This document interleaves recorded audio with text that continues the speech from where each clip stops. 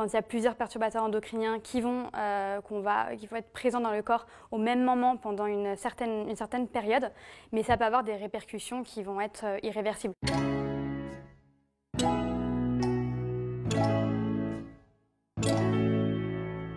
Alors moi j'ai créé Woomem pour aider les femmes enceintes à prendre soin d'elles pendant leur grossesse tout en protégeant leur bébé.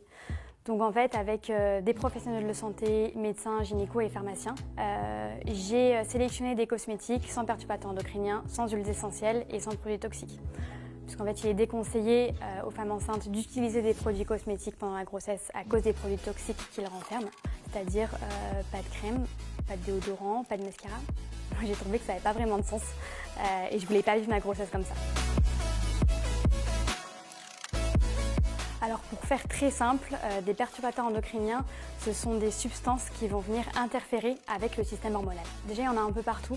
Il y en a dans les produits ménagers qu'on utilise, dans les pesticides, mais aussi dans les cosmétiques.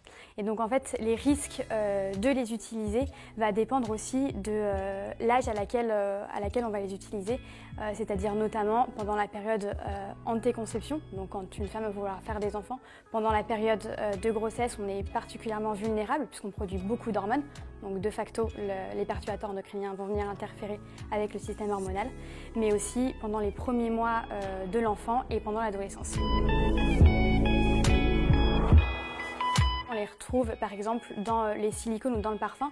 Donc si la plupart des marques, ou en tout cas peut-être aujourd'hui les choses sont en train de changer, mais si avant les grandes marques et les grands laboratoires l'utilisaient, c'était aussi parce que c'était plus facile et parce que pour utiliser du parfum synthétique, dedans il y a des perturbateurs endocriniens, mais c'était sûrement moins cher et plus simple pour eux de faire des parfums synthétiques que de faire du parfum naturel. Quand il y a plusieurs perturbateurs endocriniens qui vont être présents dans le corps au même moment pendant une certaine période, mais ça peut avoir des répercussions qui vont être irréversibles. Par exemple, la baisse de la fertilité.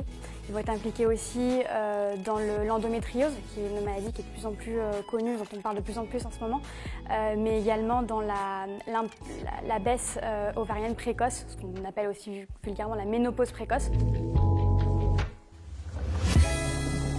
Alors 3 tips pour acheter un produit cosmétique. Déjà, c'est être un peu curieux. Donc c'est-à-dire retourner le produit et regarder ce qu'on appelle la liste INCI qu'il y a derrière. C'est une liste qui est incompréhensible, qui est en latin. Mais déjà, un bon indice, c'est plus elle est longue, plus il faut se méfier. C'est bannir de cette liste tout ce qui va être par exemple parabènes, silicone. C'est quelques mots à retenir pour être ça, il faut les évincer. Je sais que c'est compliqué, c'est pour ça qu'il y a l'autre tips qui arrive. Ce sont les labels Cosmebio, EcoCert, qui ont un cahier des charges qui est assez précis. Et donc les marques qui y adhèrent sont obligées de respecter telle composition, d'avoir tant de pourcentage de cosmétiques, d'ingrédients bio dans les cosmétiques. Il faut faire attention par contre au packaging qui peut parfois être assez attirant, qui peut être blanc, avoir une grande feuille avec marqué en gros aloe vera dessus.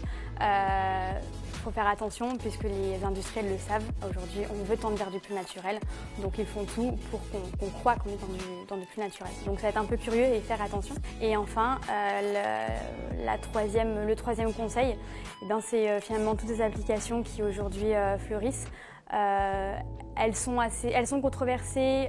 Moi personnellement, je suis pas d'accord avec tout leur système de notation, mais ça donne déjà en tout cas une bonne orientation et un moyen de savoir vers ce quoi on se tourne. Si par exemple un produit est noté 0 sur 20, 0 sur 100 qu'il est rouge, on peut être sûr qu'elle est très mal notée et qu'il faut pas y aller.